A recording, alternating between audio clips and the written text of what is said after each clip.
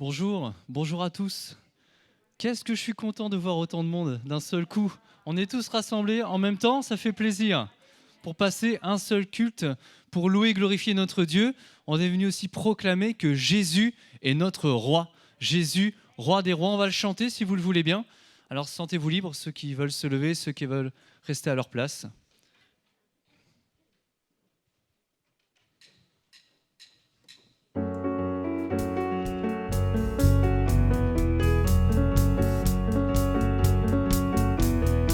Nous croyons en Dieu le Père créateur de l'univers et en Christ, son Fils unique né de Dieu par l'Esprit Saint. Nous croyons qu'il est mort pour nous, crucifié pour nos péchés et qu'il est auprès du Père, car Dieu l'a ressuscité.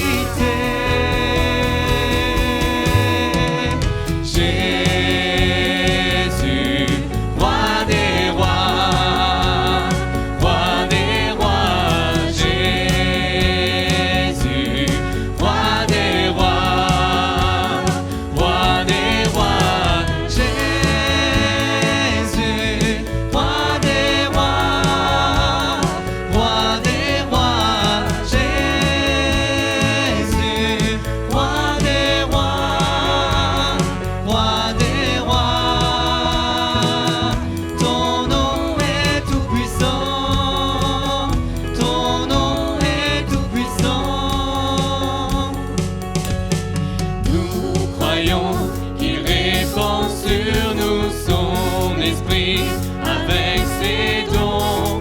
Notre Dieu, par sa parole, nous envoie vers les nations. Et il revient avec puissance pour juger sa création. Tout genou ira devant lui, hommes et anges confesseront. Jésus, roi des rois, roi des rois. Jésus, roi des rois, roi des rois. Jésus, roi des rois, roi des rois. Jésus, roi des rois, roi des rois. Ton nom est tout puissant, ton nom est tout puissant, ton nom est tout puissant. Amen, le nom de Jésus est tout puissant et nous voulons le glorifier. Gloire à notre Père qui est dans le ciel. Que son nom soit exalté, élevé.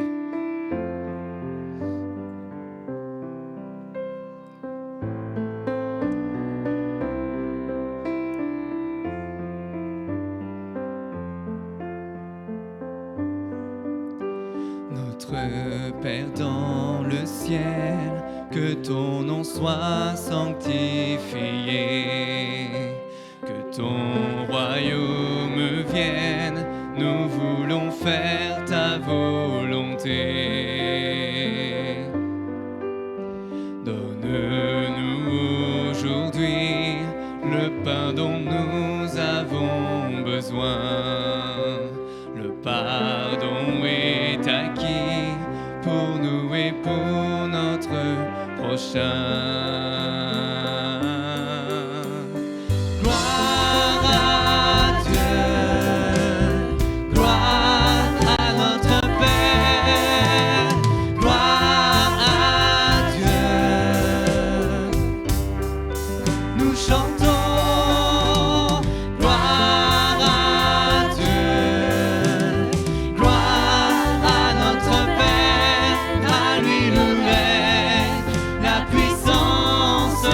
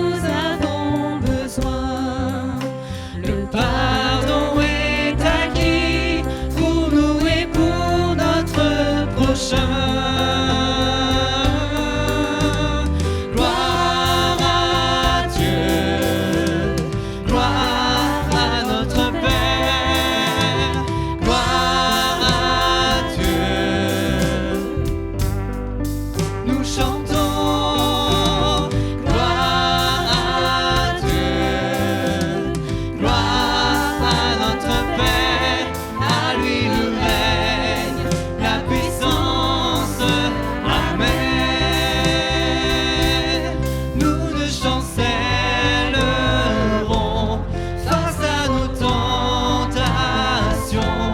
Tu nous délivres du mal. À toi nos louanges, à toi nos honneurs et nos cœurs. Nous ne chancellerons face à nos tentations. Tu nous délivres du mal. À toi nos louanges, à toi nos honneurs et nos cœurs. Gloire à Dieu, gloire à notre Père, gloire à Dieu. Nous chantons gloire à Dieu, gloire à notre Père, à lui le règne, la puissance, amen. À lui le règne, la puissance, amen. Amen, gloire à notre Dieu. On va chanter ce chant qui parle aussi du sang de Jésus, du sang qui parle beaucoup mieux. C'est le Jésus qui a donné sa vie, qui a sacrifié sa vie pour que nous puissions être sauvés. Le sang de Jésus.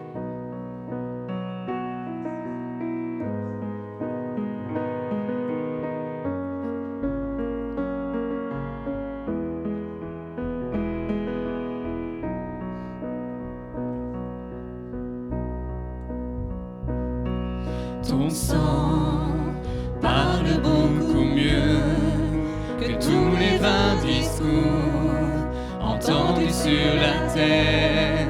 Il parle pour ma défense, proclame la justice. Jésus, c'est ton sang.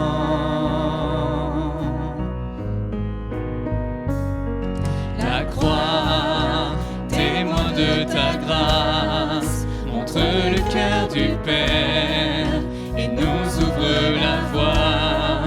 Confiants nous avançons, non par nos propres forces, mais seulement par ton sang.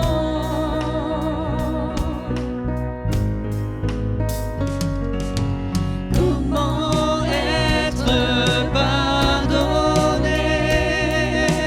Comment recevoir la vie? Seulement par le sang, seulement par le sang de Jésus.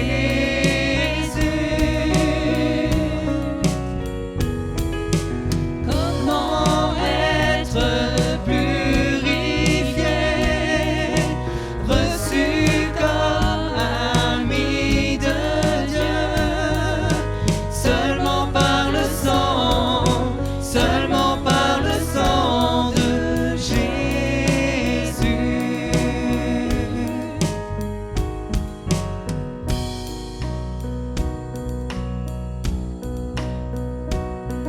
La croix, témoin de ta grâce, montre le cœur du Père et nous ouvre la voie.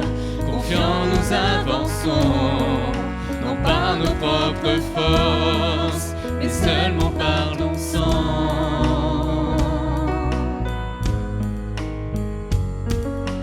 Comment être pardonné? Comment recevoir la vie? Seulement par le sang, seulement par le sang de Jésus.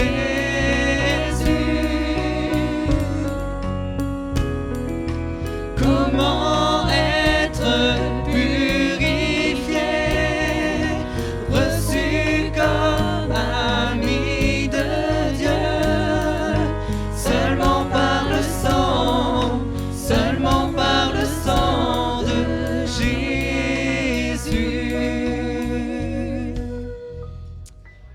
Amen. On va demander aux frères qui ont été désignés pour la Sainte Seine de s'avancer. On va chanter ce chant libre de nos chaînes. Nous marchons vers toi, et tous ceux qui se sont engagés dans les eaux du baptême vont pouvoir se mettre debout pour prendre les éléments de la scène et ensemble, tous ensemble, nous pourrons louer et glorifier notre Dieu en toute liberté avec nos mots et de tout notre cœur.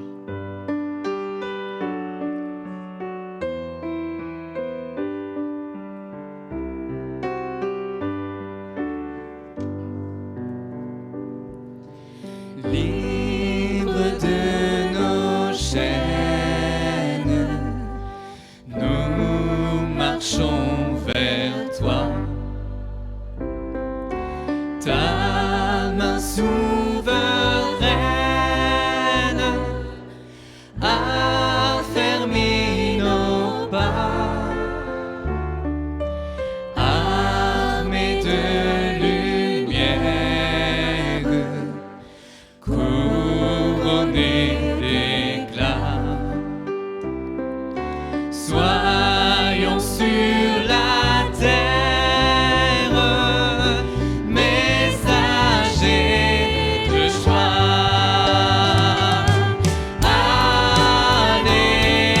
Alléluia, que ton règne vienne.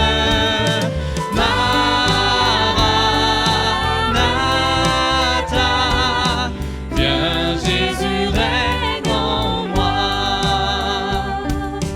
Proclamons sa grâce au creux de la nuit.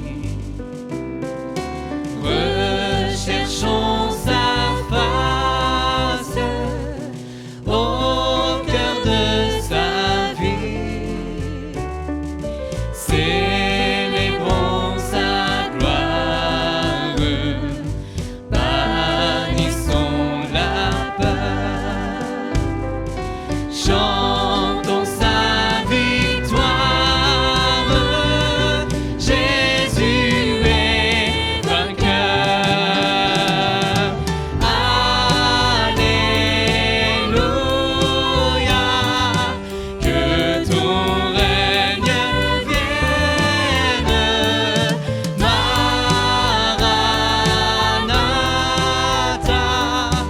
viens Jésus, règne en moi.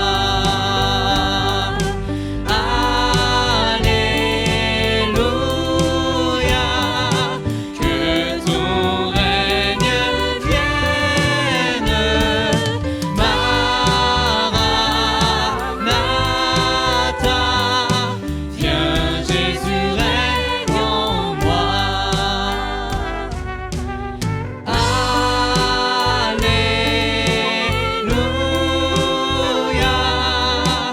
que ton règne vienne.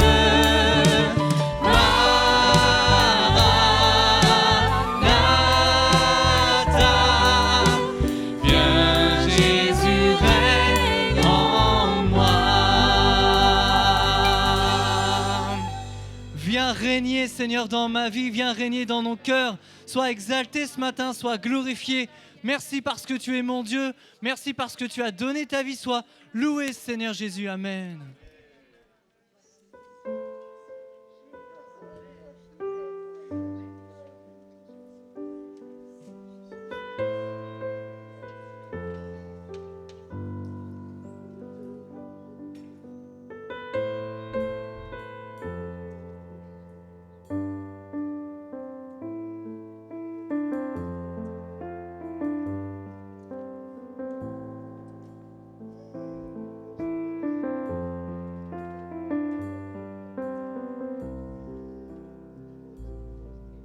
Tous les anges louent sa sainteté.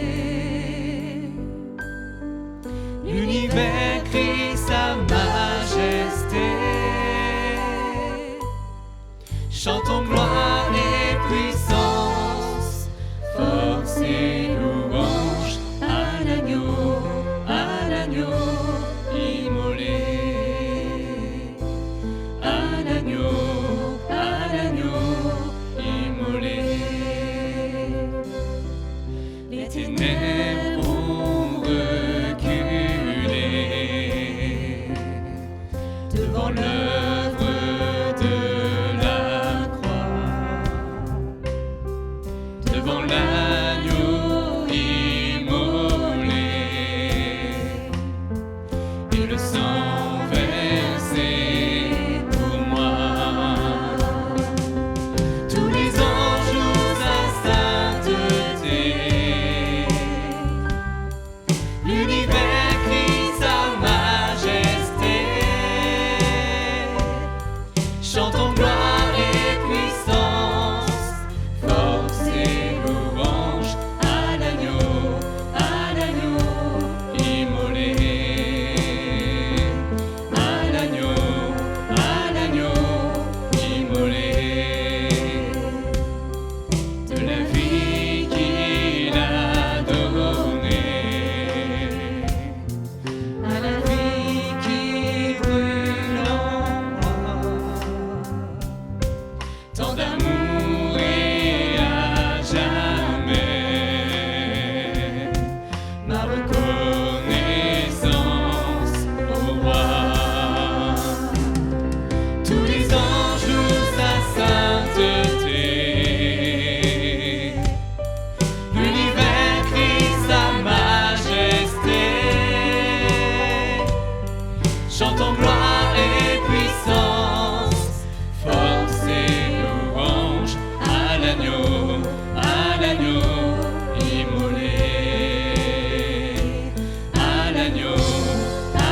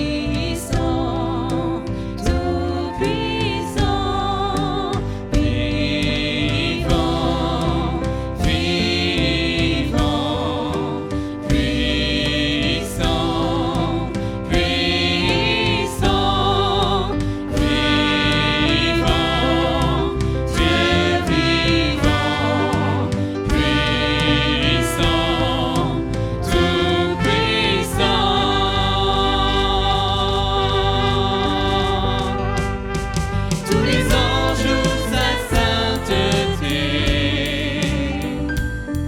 l'univers crie sa majesté. Chantons gloire et puissance, force et louange à l'agneau immolé, à l'agneau immolé. Amen. À lui soit toute la gloire, notre Dieu qui est grand. On va laisser toute la place à la parole de Dieu donnée par Michael.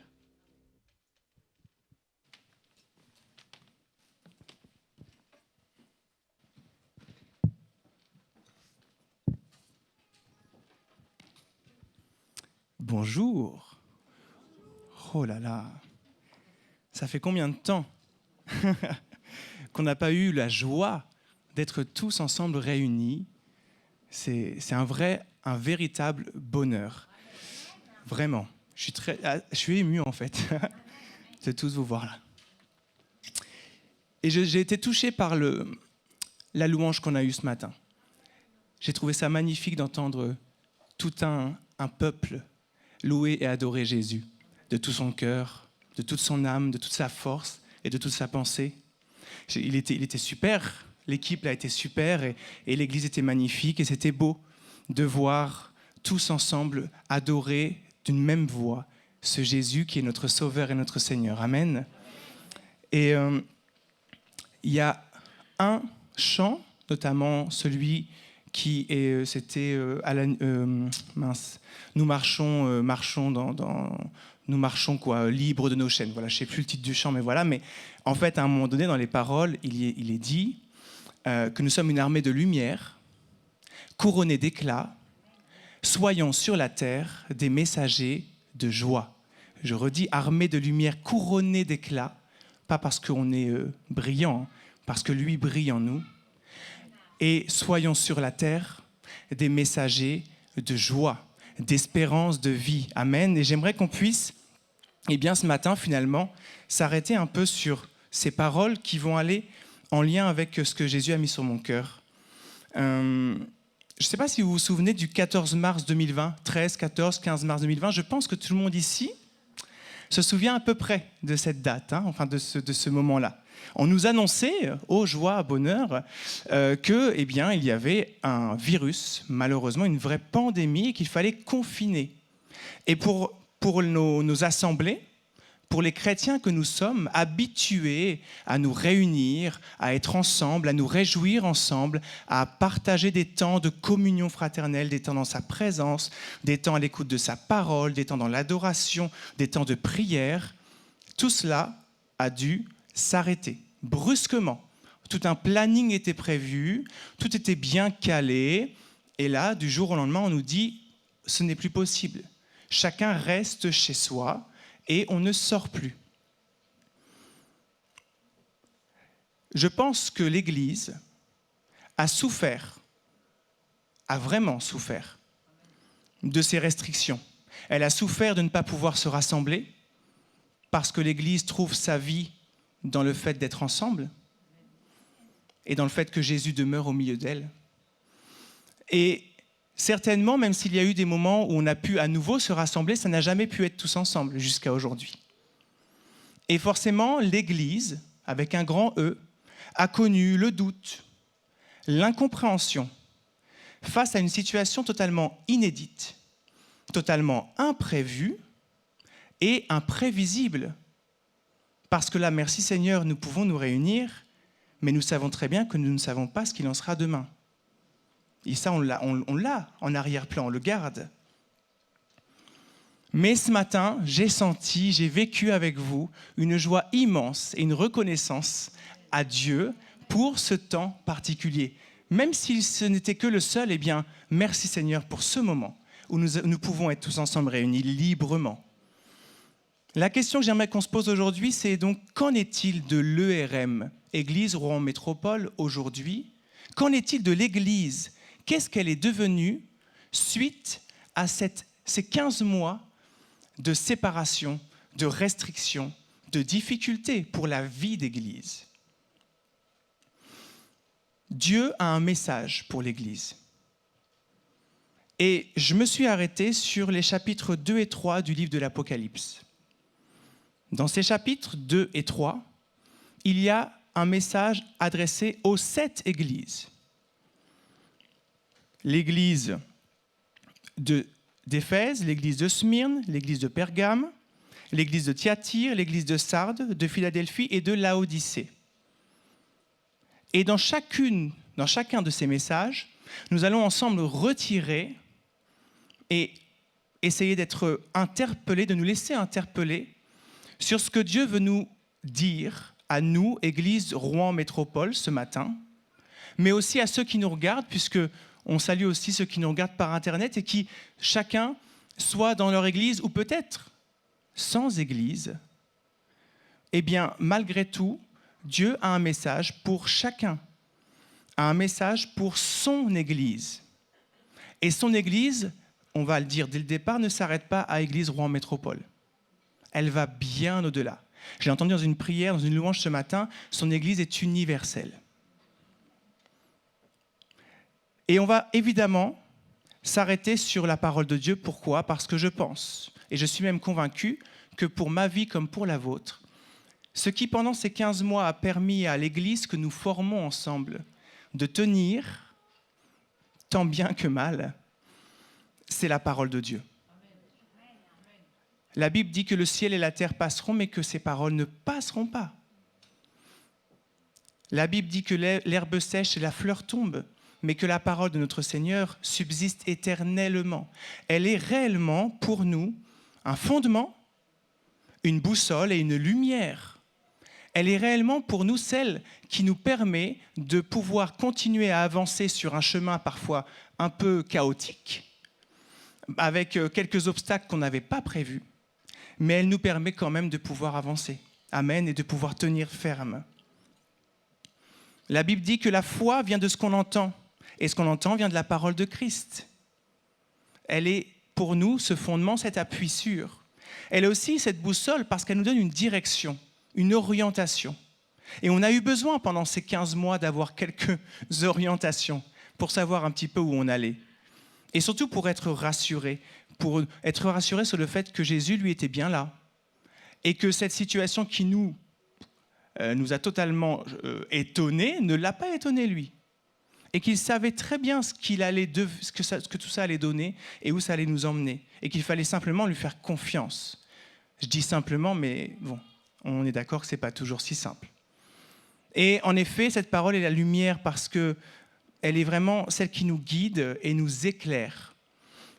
Nous éclaire dans le sens où elle nous ouvre l'esprit, le cœur, les yeux sur des réalités parfois que nous ne voyons pas ou que nous ne voyons plus.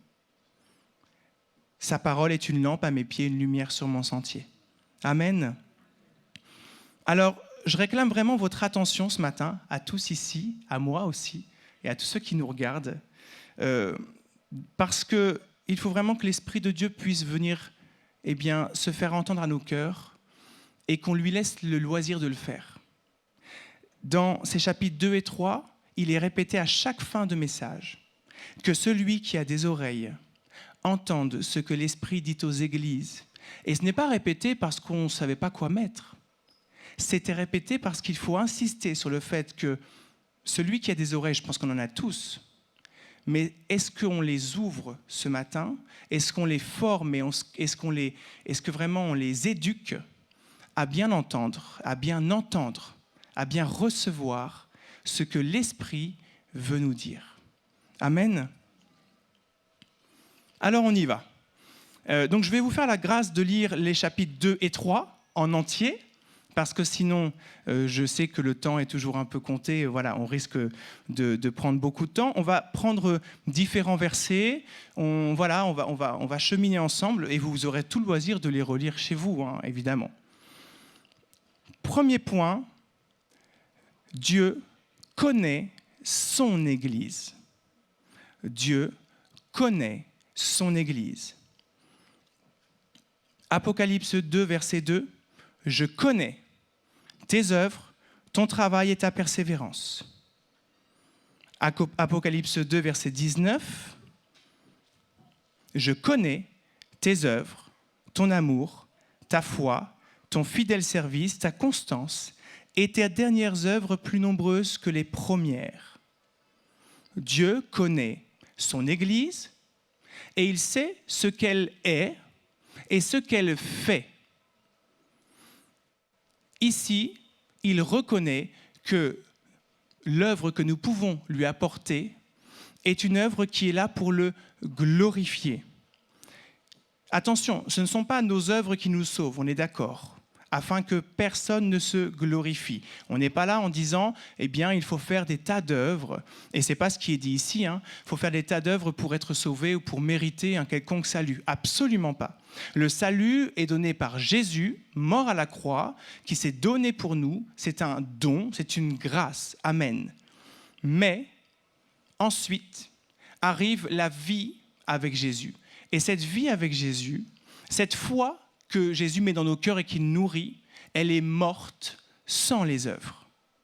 Donc il est important que nous puissions prendre en compte le fait que Dieu connaît nos œuvres, qu'elles soient faites ou qu'elles ne soient pas faites, qu'elles soient pour lui ou qu'elles ne soient pas pour lui, que les dispositions de nos cœurs soient bonnes ou qu'elles ne soient pas forcément toujours nettes. Il faut qu'on soit très au clair sur le fait que Dieu connaît. Dieu sait. Et nous, ce matin, on peut prendre l'engagement de dire, Seigneur, toi qui me connais et qui connais mon cœur, je veux que mon œuvre soit pour le roi. Amen. Je veux que mon œuvre soit pour le roi. Je veux que tout ce que je puisse faire vienne de ce que je suis en toi. Non pas faire pour faire, mais faire parce que je suis en toi et parce que tu déverses en moi ton amour. Et que cet amour déversé déborde et m'amène à vouloir démontrer presque naturellement tout cela autour de moi, au travers de différentes œuvres.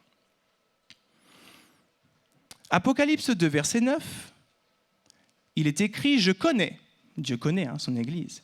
Donc il connaît nos œuvres, il connaît ce qu'on fait pour lui et le fait qu'on soit persévérant, attaché à lui, fidèle, etc. Mais il connaît « Je connais ton affliction et ta pauvreté, bien que tu sois riche. » Et les calomnies de la part de ceux qui se disent juifs et ne le sont pas, etc. « Je connais ton affliction et ta pauvreté, bien que tu sois riche. » Ce matin, on a eu une pensée, une parole de Dieu, un don spirituel qui est adressé à quelqu'un qui se sentait comme dans la crainte. Et le don disait, c'est écrit au verset 10, « Ne crains pas. Ne crains pas. Je connais ton affliction. Dieu connaît. Il sait la situation où tu es. Il sait ce que tu portes et à quel point ça peut être lourd pour toi. Ne crains pas ce que tu vas souffrir. Ne crains pas ce que tu vas souffrir. » Et plus loin, au verset 10, c'est dit aussi, « Sois fidèle jusqu'à la mort. Sois fidèle et je te donnerai la couronne de vie. » Ça, c'est une réalité, une promesse de Dieu. Alors oui, Dieu connaît. Dieu connaît les différents moments où nous sommes affligés. Et il n'est pas en train de dire que c'est anormal. Il est en train de dire que ça existe. Mais il dit aussi, bien que tu sois riche. Dans ma Bible, c'est mis entre parenthèses. Mais en fait, il est en train de sous-entendre, d'accord, tu es affligé. Oui, tu peux être pauvre. Alors pauvre de bien des manières. Spirituellement parlant, on va s'arrêter sur le fait que Jésus, le premier, s'est fait pauvre pour nous enrichir. Amen. C'est lui qui nous a montré l'exemple et qui nous a vraiment indiqué le chemin en nous montrant que, oui, à un moment donné, il fallait s'appauvrir. Alors on n'est pas en train de dire qu'il ne faut vivre sans argent. Soyons bien clairs. On ne parle pas du fait matériel. On parle d'une pauvreté, plutôt reconnaissance de notre faiblesse, du fait que nous ne sommes rien, du fait que nous ne faisons pas toujours les choses de la bonne manière, du fait que nous sommes des pécheurs, sauvés par grâce. Et le sauvé par grâce ajoute toute la beauté à cela. Et c'est là où, bien que tu sois riche, oui, tu es enrichi en Jésus. Tu es enrichi en Jésus. Et c'est merveilleux de pouvoir se rappeler que, d'accord, tu peux reconnaître et toujours te dire, oui, je suis un pécheur. Mais surtout, tu dois te rappeler à ton cœur, à ton âme, que oui, tu es sauvé par grâce, que Jésus t'aime, que Jésus a pour toi vraiment de l'amour, il a pour toi de l'estime. Il t'estime au milieu de tout ce qui est noir en toi. Il t'estime. Pourquoi ? Parce qu'il va faire de toi quelque chose de glorieux. Parce qu'il est en train de te transformer, de te façonner. Et ça, c'est glorieux et merveilleux. Donc oui, d'accord, je connais ton affliction et ta pauvreté, mais tu es riche. Tu es riche en moi. Amen. La Bible dit aussi qu'il nous faut amasser des trésors dans le ciel. Donc que nous puissions être de ceux qui vraiment fixons nos yeux sur l'essentiel qui est là-haut, dans le ciel, dans ce qui est éternel, dans tout ce que Jésus nous promet. Amen. Et tout ce qui va nous enrichir. Apocalypse 2, verset 13. Je sais, Dieu connaît, Dieu sait, je sais où tu demeures. Je sais que là est le trône de Satan. Je sais où tu demeures. Je sais que là est le trône de Satan. Dieu sait que nous ne sommes pas dans un monde où tout est beau, magnifique, merveilleux, que ce n'est pas le monde des bisounours. Voilà, disons-le clairement. Dieu le sait. Dieu sait que dans ce monde, celui qui régit le monde, c'est l'adversaire. C'est le diable, c'est le péché qui règne dans le monde. Et il sait que nous sommes dans le monde. Il a voulu que nous soyons dans ce monde. Il ne nous en a pas retirés. Oui, nous avons notre assemblée, oui, nous nous réunissons ensemble et nous avons ce privilège de le faire librement. Et c'est une grâce parce que ça nous fortifie, ça nous édifie, ça nous relève quand il y a besoin, ça nous soutient, ça nous apporte énormément de vie, de force, mais pas pour nous-mêmes. Pas pour nous-mêmes. Pour pouvoir ensuite être dans ce monde les merveilleuses lumières que Dieu veut que nous soyons. Amen. Que nous puissions communiquer cela. Alors je sais où tu demeures. Je sais, oui, que c'est le trône de Satan. Mais ce que nous devons garder à l'esprit, c'est que Jésus, dans Jean 17, verset 15, a dit « Je ne te prie pas, Père, pour que tu les ôtes du monde. » Non, non, ils y sont. Mais je te prie pour que tu les préserves du mal.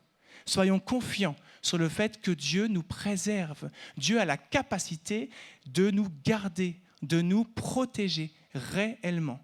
Ce n'est pas une croyance, c'est une réalité. Dieu est celui qui nous préserve du mal, qui nous en donne la capacité. Amen. Apocalypse 3, verset 1. « Je connais tes œuvres, je sais que tu passes pour être vivant et tu es mort. » Je sais que tu passes pour être vivant et tu es mort. Et un peu plus loin, au verset 15, je vais associer les deux. « Je connais tes œuvres, je sais que tu n'es ni froid ni bouillant. Puisses-tu être froid ou bouillant ?» Dieu nous connaît, il ne s'arrête pas à l'apparence, à ce que tous les autres voient, mais il connaît nos cœurs. Et il sait si réellement il y a dans nos cœurs un feu qui brûle encore pour lui. Il sait quel est l'état de ce feu. Est-ce qu'il reste quelques braises ? Est-ce que c'est un feu embrasé ? Est-ce qu'on est vraiment presque sur des cendres ? Il sait, il connaît. Et ce que Dieu cherche, ce que Dieu veut, c'est que nous ne passions pas pour être vivants, mais que nous soyons vivants. Et non pas par nos propres capacités, là encore, mais par la vie que lui-même va nous communiquer par son esprit. Amen. Il veut que nous soyons vivants. Il cherche de l'authenticité, de la vérité. Il veut que nous soyons des adorateurs, en esprit et en vérité, consacrés.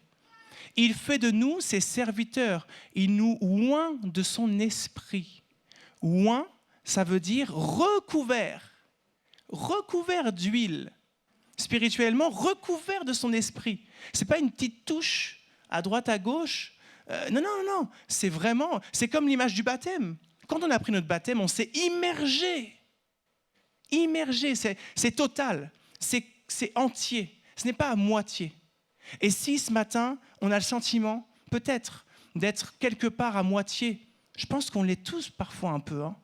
Je pense qu'on a tous besoin de grandir dans la place que l'on donne à Dieu dans notre vie, dans la place que l'on laisse parfois.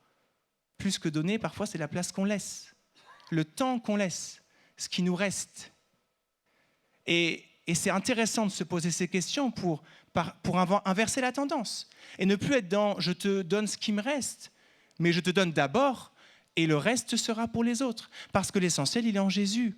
Parce que ma source de vie, elle est en toi. Parce que si je ne donne que ce qui reste, eh bien, je n'aurai pas suffisamment. Je ne serai pas suffisamment nourri. Et je vais finir par être comme un feu, les braises ou même des cendres.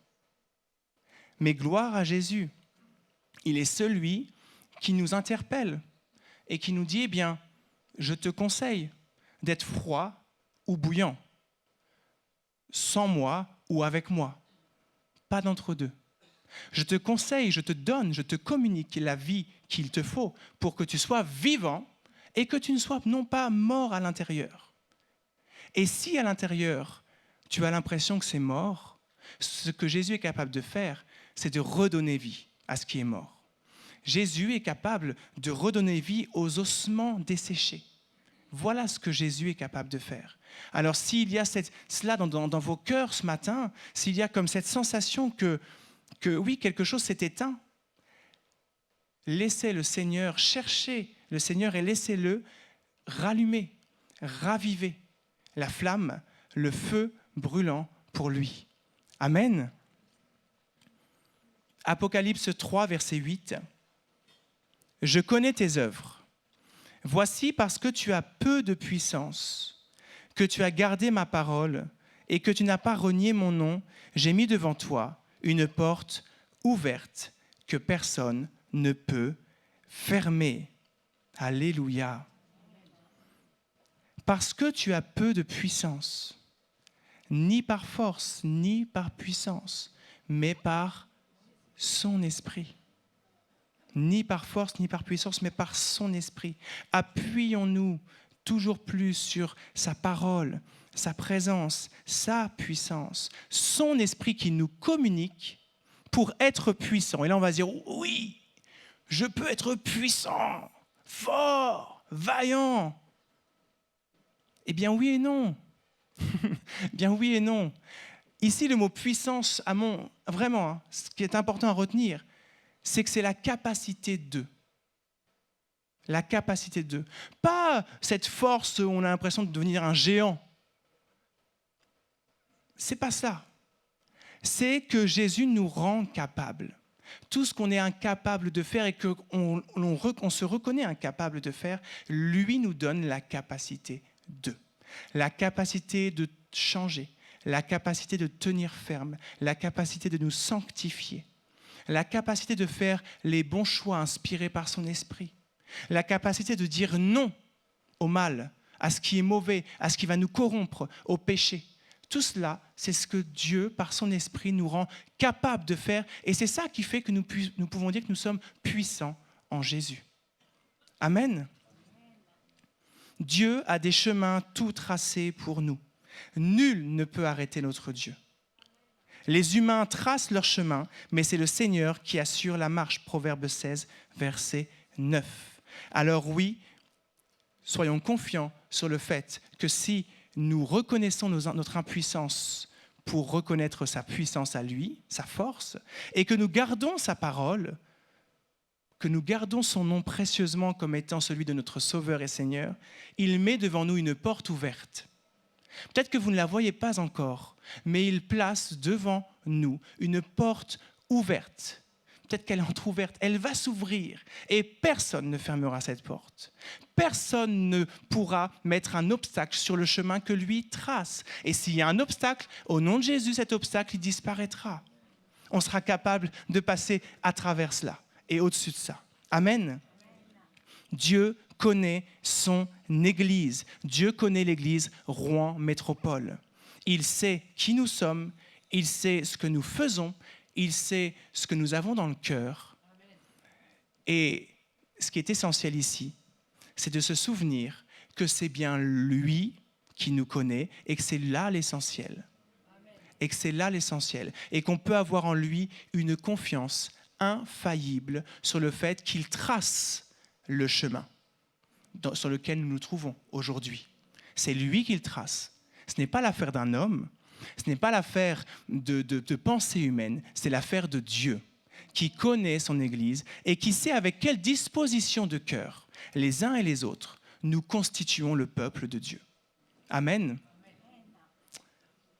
Alors ensuite, on va s'intéresser au fait que Dieu alerte son Église. Dieu alerte son Église. Régulièrement, dans ces chapitres 2 et 3, il dit « Oui, je sais, je connais, voilà, mais j'ai quelque chose contre toi. » Ah, on n'aime pas ça. Ben non, on n'aime pas. On préfère quand même quand tout va bien. Et pourtant, il dit « Non, j'ai quand même quelque chose contre toi. » Alors, il n'est pas en train de porter un doigt accusateur pour venir enfoncer plus bas que terre. Nous, on fait ça. On est doué. Mais lui, non. Ce n'est pas ce qu'il fait. Il est juste en train de dire, d'accord, je connais ça, je sais ce que tu es, je sais ce que tu fais, et il y a des choses qui sont vraiment très bonnes. Mais j'ai quelque chose contre toi. Il y a encore une marge d'amélioration. Il y a encore une marge d'amélioration. Ce n'est pas fini. On n'est pas arrivé. Personne ici n'est arrivé. Personne ne peut dire « je connais tout ». Non, on a encore besoin de progresser, de grandir, d'apprendre plus et d'apprendre mieux. Amen. Apocalypse 2, verset 4. « Mais ce que j'ai contre toi, c'est que tu as abandonné ton premier amour. » Tu as abandonné ton premier amour. Lorsque nous nous sommes donnés à Jésus, les uns et les autres, je le sais, je l'ai vécu, je l'ai expérimenté, on est tous passés par là. C'est fou à quel point il y a un bouleversement C'est un retournement total dans la vie, dans le cœur, dans l'âme, dans l'esprit. C'est un pouf, pour le meilleur, évidemment. Et il y a à ce moment-là, c'est parfois plus qu'un zèle, quoi. Ça déborde. Ça déborde. Et quand on avance dans notre cheminement spirituel, parfois ça déborde moins. Et on aime à se dire, moi le premier, oui, c'est la sagesse. Je suis devenu plus sage, plus tempéré. Et ce n'est pas totalement faux. Parfois, lorsque ça déborde, ça peut avoir quelques dégâts collatéraux. C'est vrai. Et on a besoin d'apprendre aussi, quand on chemine avec le Seigneur, qu'il y a parfois des maladresses à éviter. Mais bon, en ce qui me concerne en tout cas, je reconnais que qu'en est-il de mon premier amour? Qu'en est-il de ce feu si vibrant, si fort, qui faisait que presque on a l'impression que rien ne pouvait nous arrêter. Et aujourd'hui, parfois, on se demande qu'est-ce qui ne nous arrête pas finalement. Parce que parfois, il y a beaucoup de choses qui nous freinent. Et il ne s'agit pas ici de se culpabiliser, attention. Il s'agit ici de se dire, voilà, Dieu peut-être nous dit, voilà, je sais que le feu de ton premier amour, il a besoin vraiment d'un rafraîchissement. Et finalement, on utilise parfois le terme de passion pour la passion du Christ. C'est dans cette image d'amour absolu, infini, intense, fort, très vibrant, très passionné, quoi. Et je pense, je suis même convaincu, que Dieu cherche des cœurs passionnés. Il cherche des cœurs. On est capable d'être passionné pour beaucoup de choses dans la vie, vraiment. Le sport, la musique, la littérature, l'art en général. Bon, voilà. Ce que Dieu nous dit peut-être là, ce matin, c'est qu'il veut un cœur passionné pour lui. Un cœur passionné. Un amour total, intense, vivant, brûlant, des cœurs débordants. Et si ça déborde plus, il veut raviver, il veut rafraîchir, il veut donner une onction nouvelle pour que ça déborde à nouveau. C'est ce qu'il est disposé, prêt à faire pour chacun d'entre nous. Alors, attention. Moi, c'est ce que je me dis à moi-même. Attention aux habitudes, qui sont bonnes, mais qui aussi nous installent parfois dans une certaine religiosité, là où Dieu cherche une relation. Et vous le savez comme moi, dans les relations que nous pouvons déjà avoir autour de nous, elles ne sont pas platoniques. Si on a une relation platonique, on s'ennuie et on passe à autre chose. Eh bien, malheureusement, parfois, si notre relation avec Dieu devient platonique, elle peut nous ennuyer, alors qu'elle est censée nous donner la vie, alors qu'elle est censée nous donner de l'énergie, de la vivacité, de la capacité. Elle est censée vraiment nous nourrir jour après jour. Mais parfois, elle est devenue platonique. Que nous puissions raviver par l'aide de son esprit notre premier amour pour une relation avec Dieu qui soit vivante, qui soit faite de surprises, qui soit faite de temps de miracles, de choses que parfois nous ne voyons plus, nous avons connues et puis nous ne connaissons plus. Et on s'est habitué à ça en disant que c'est comme ça. Mais non. Jésus ne change pas. On le dit, on le proclame, on le chante. Vivons-le et aspirons à le vivre toujours plus. Aspirons à le vivre toujours plus. S'il y a des choses qui nous ont un peu freinés, qui nous ont maintenant, on n'ose plus trop faire alors qu'avant on n'avait pas de difficulté à le faire, posons-nous la question, est-ce que c'est de la sagesse ou est-ce que c'est finalement de la crainte?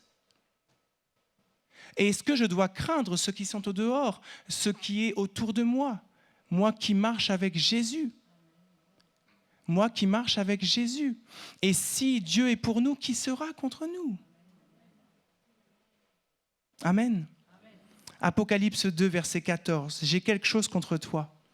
c'est que tu as là des gens attachés à la doctrine de Balaam, qui enseignait à Balak à mettre une pierre d'achoppement devant les fils d'Israël pour qu'ils mangent des viandes sacrifiées aux idoles et qu'ils se livrent à la débauche. Et je vais associer à ce verset le Apocalypse 3, verset 16, la suite de celui qu'on a lu tout à l'heure, où Dieu dit « Parce que tu es tiède, que tu n'es ni froid ni bouillant, je te vomirai de ma bouche ». Pourquoi j'associe les deux ? Parce que la doctrine de Balaam, c'est l'image donc du monde qui prend place, peut-être, dans l'Église. Et alors, soyons clairs là-dessus, c'est la doctrine. On parle d'un enseignement. Un enseignement qui ne serait plus celui de la parole de Dieu, mais qui serait un enseignement un peu éloigné, un enseignement qui irait parfois totalement contre ce que dit la parole de Dieu. Et il est en train ici de dire, ne fais pas de compromis. Il n'y a pas de demi-mesure. La Bible dit, nul ne peut servir deux maîtres. C'est Dieu ou ce n'est pas Dieu.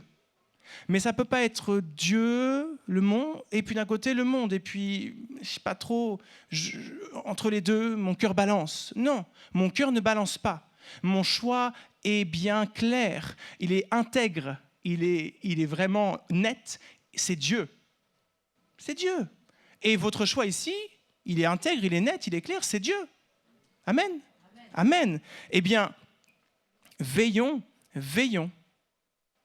personnellement, pour notre propre vie, avant tout, plutôt que parfois pour les autres. Déjà, veillons pour nous-mêmes, à ne pas nous laisser gagner d'une quelconque manière par certains ajustements, certains assouplissements qui viendraient en fait installer une doctrine contraire à celle de l'Esprit de Dieu, de sa parole, et qui viendraient parfois remettre en cause des vérités qui sont là, écrites, et que l'on connaît. Retenons ce que nous avons reçu de la part de Dieu, gardons cette parole telle qu'elle est, pour ce qu'elle est. Nourrissons-nous de cette parole, et surtout, ne faisons pas de compromis, pas de demi-mesure. Amen. Apocalypse 2, verset 20. « Ce que j'ai contre toi, c'est que tu laisses la femme Jézabel, qui se dit prophétesse, enseigner et séduire mes serviteurs. » Alors, je ne vais pas ici faire tout un épisode autour de la femme Jézabel. D'accord ? Je pense que nous devons retenir ici, je suis même sûr que nous devons retenir ici, qu'il nous faut savoir prendre position. Parce que ce qui a retenu mon attention, c'est que tu laisses faire. Tu laisses. Prenons position. S'il y a lieu, et si nous en sommes convaincus, sachons dire avec vérité, mais avant tout avec amour, et avec pour appui la parole de Dieu, ce qui est à dire. C'est vrai. S'il faut reprendre son frère, sa sœur, c'est écrit. On peut le faire, mais dans l'amour et dans la vérité. Pas dans notre vérité. Et ce n'est pas du tout la même chose. Mais dans la vérité de la parole de Dieu. Prenons parfois nos responsabilités, en effet. Mais pour cela, nous avons besoin vraiment de discernement et d'une connaissance toujours plus affûtée de Dieu dans sa grandeur, Dieu dans son infinité, Dieu dans sa variété. On a besoin de plus de connaissance de Dieu et de sa parole pour être réellement de ceux qui vont reconnaître, on va dire, les faux prophètes, puisqu'il nous faut être alertés par rapport à ça. Quand viendront les temps de la fin, eh bien, il y aura des anges de lumière, enfin, qui seront déguisés. Et en fait, on va utiliser la parole de Dieu à des fins qui ne seront pas celles destinées à cette parole. Donc c'est à nous d'être vigilants, c'est à nous de toujours nous nourrir de la parole et de bien la garder comme repère. Au-delà de tout ce qu'on peut dire et du haut de cette estrade, votre référence, notre référence doit rester la parole de Dieu. La parole de Dieu. Nous ne sommes pas à l'abri, je ne suis pas à l'abri de dire une erreur une bêtise de me tromper. Mais elle, la parole, elle ne se trompe pas. Et c'est ça qui doit, pour nous, rester l'essentiel. Amen. Et alors, dans tous ces chapitres 2 et 3, Dieu nous appelle à nous souvenir. Souviens-toi, il dit. Rappelle-toi, retiens. Souviens-toi, rappelle-toi, retiens ce que tu as reçu. Souviens-toi de là où tu es tombé. Rappelle-toi ton enseignement. Et repens-toi. S'il y a besoin, repens-toi. Repens-toi, demande pardon et tu recevras ce pardon et tu avances. Il dit aussi, sois vigilant. Ayons un regard affûté sur les choses, affermi. Aie du zèle. Si le feu est un peu altéré, aie du zèle, ravive et sois fidèle. Seigneur, donne-moi, garde-moi fidèle. Amen. Amen. Et on va terminer avec un aspect important aussi dans ces chapitres 2 et 3, c'est que Dieu, donc il connaît son Église, il alerte son Église, il y a des petites choses à ajuster, mais il encourage son Église. Chaque chapitre se termine par « à celui qui vaincra ». À celui qui vaincra. Et il promet, parce que notre Dieu est un Dieu de promesses. Et ce n'est pas des promesses en l'air, c'est des promesses qu'il assure de tenir. À celui qui vaincra, je donnerai à manger de l'arbre de vie qui est dans le paradis de Dieu. Apocalypse 2, verset 7. À celui qui vaincra, il n'aura pas à souffrir la seconde mort. Apocalypse 2, verset 11. À celui qui vaincra, il sera revêtu de vêtements blancs. Je n'effacerai pas son nom du livre de vie. Je confesserai son nom devant mon Père, devant ses anges. Apocalypse 3, verset 5. Notre nom est inscrit dans le livre de vie. Amen. Et Jésus est celui qui revient bientôt pour reprendre son Église, pour reprendre ceux qui lui appartiennent. Et c'est lui qui dira qui lui appartient. Ce n'est pas à nous de dire « toi, tu fais partie de l'Église, toi, non ». C'est lui, c'est son affaire. C'est son affaire. Jésus est fidèle et Jésus intercède pour chacun de nous. Il est notre avocat auprès du Père. C'est lui qui plaide notre cause auprès de Dieu pour qu'il accepte de porter un regard favorable sur nos vies. Et si nous sommes ici debout, vivants, louant Dieu, c'est parce que merci Jésus, tu t'es donné pour moi, tu es ressuscité, tu es auprès du Père et tu pries pour ma vie, pour que Dieu accepte de poser son regard favorable sur ma vie et sur chacune de nos vies. Amen. À celui qui vaincra, je donnerai de la manne cachée, un caillou blanc, un nom nouveau. À celui qui vaincra, je donnerai autorité sur les nations. Apocalypse 2, verset 26. On en a parlé tout à l'heure, une puissance dans l'Esprit de Dieu, cette capacité de. Eh bien, il y a la capacité de prendre autorité. Nous ne sommes pas appelés à subir les choses, les situations. Parfois, on n'a pas le choix que de passer par la situation. Mais entre passer par la situation et la subir, ce n'est pas la même chose. La subir, c'est accepter que cette situation nous écrase ou qu'elle vienne nous terrasser, parfois nous enterrer, nous faire taire. Finalement, qu'elle vienne altérer notre identité d'enfant de Dieu. Or non. Colossiens 2, verset 10, vous avez tout pleinement en lui, en Jésus, qui est le chef de toute domination et de toute autorité. Et en Jésus, nous pouvons prendre autorité sur toute situation pour être capables de les traverser de manière triomphante et victorieuse. Amen. À celui qui vaincra, je ferai de lui une colonne dans le temple de mon Dieu. Il n'en sortira plus. Je le ferai asseoir avec moi sur mon trône. Mais quel privilège! Jésus nous prépare une place auprès du Père et en attendant, il nous tient. Il nous soutient, il nous relève, il est là, tout près de nous. Il nous garde, il nous consolide pour qu'on puisse tenir debout, pour qu'on tienne ferme. Et lorsqu'il va nous reprendre, nous serons avec lui sur le trône. Moi, ça me dépasse, mais c'est glorieux, alléluia. Merci Seigneur, gloire à ton nom.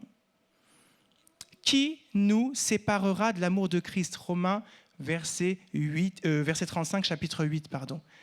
Paul écrit ça, qui nous séparera de l'amour de Christ? Il ne l'écrit pas en vain, il l'écrit parce qu'il y a des choses et des tas d'événements, de personnes, de situations qui viennent pour essayer de nous séparer de Jésus et de nous séparer de son amour, qui viennent pour modifier ce qu'on pense savoir, pour venir nous faire douter, craindre.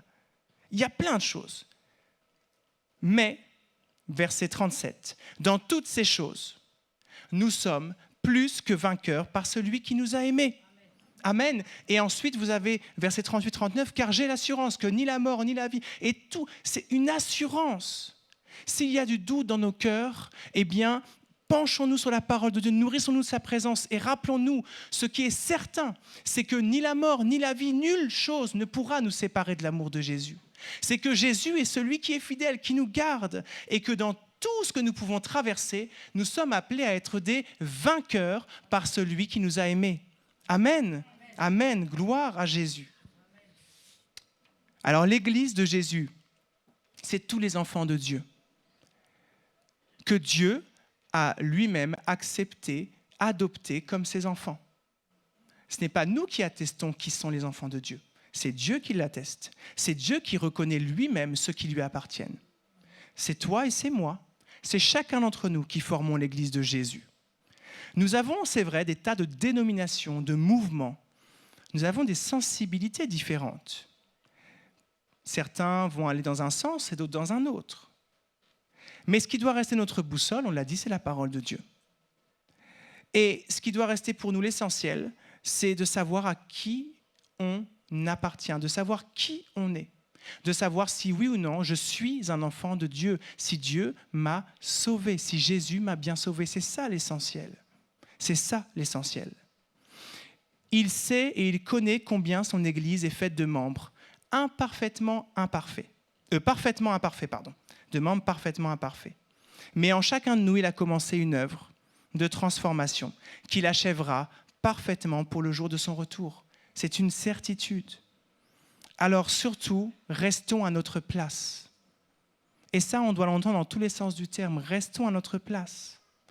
Nous formons ensemble un corps où chacun est placé à une place bien particulière, selon ce que Dieu veut, pas selon ce que nous voulons.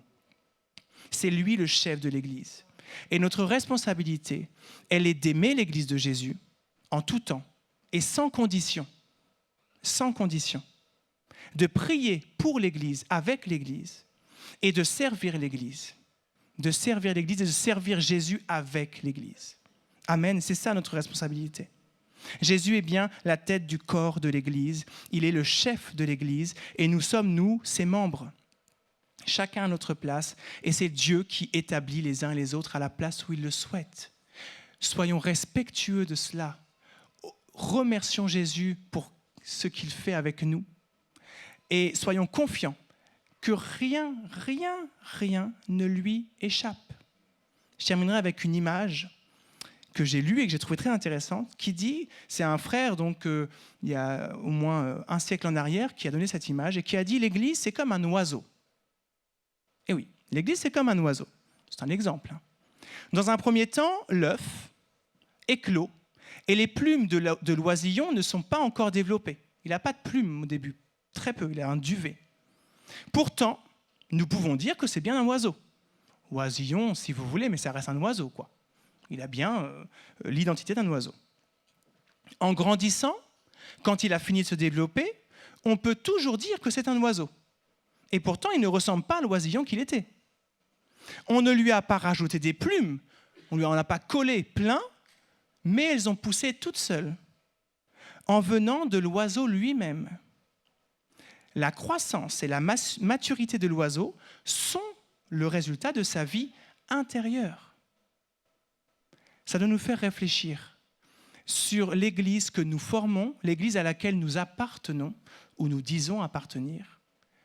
D'où vient la croissance et la maturité de l'Église, de notre vie intérieure, d'abord personnelle, et ensuite communautaire. Partagé. Et s'il y a dans cette Église, eh bien, certains plus en difficulté que d'autres, s'il y a certains qui comprennent certains éléments et d'autres non, ça ne change rien à la richesse de cette Église. Ça ne change rien à la valeur de cette Église. Parce qu'elle reste l'Église où Jésus donne la vie intérieurement et où il est en train d'amener chacun à grandir en maturité et à voir chacun se développer, à voir chacun se former.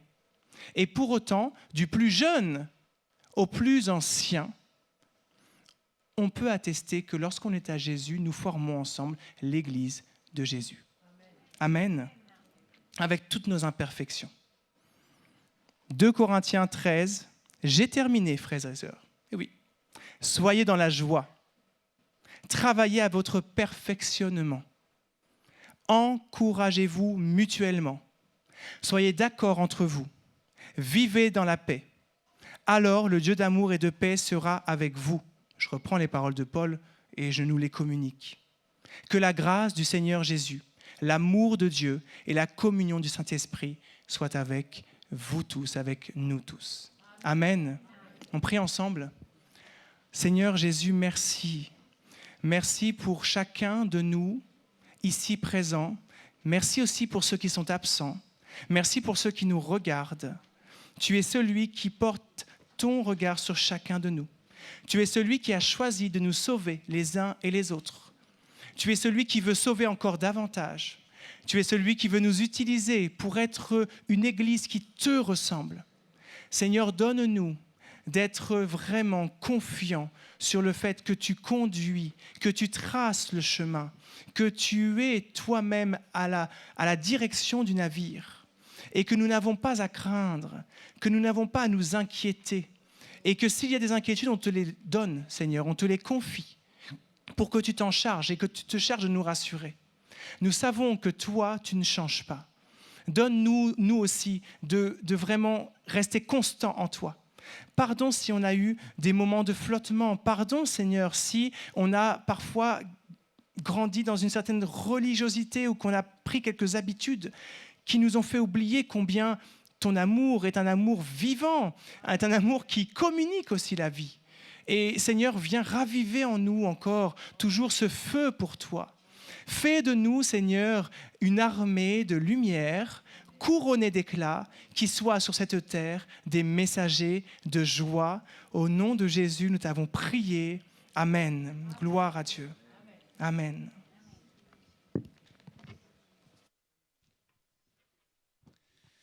Merci à Michael pour la parole de Dieu qui a été donnée. Je vous propose de chanter un chant. On peut peut-être se lever à nos places. On va chanter ce chant qui dit « Oh, quel beau soleil dans mon âme, il éclaire, il resplendit, illumine tout. »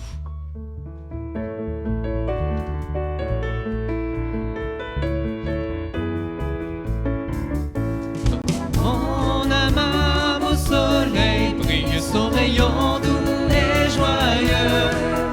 Répand un éclat qui scintille, c'est le sourire de Dieu. Oh, quel beau soleil dans mon âme, il éclaire, illumine tout.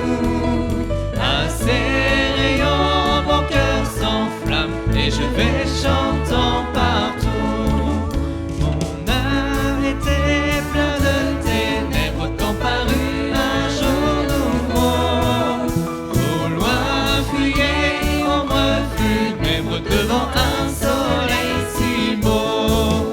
Oh, quel beau soleil dans mon âme, il éclaire, illumine tout. À ses rayons, mon cœur s'enflamme et je vais chantant partout. Dans mon âme, un beau soleil brille, son rayon doux et joyeux. Répand un éclat qui scintille, c'est le sourire de Dieu. Oh, quel beau soleil dans mon âme, il éclaire, illumine tout. À ses rayons, mon cœur s'enflamme et je vais chantant partout. Mon cœur était plein de ténèbres quand parut un jour nouveau. Au loin fuyait ombre funèbre devant un soleil si beau. Oh, quel beau soleil dans mon âme,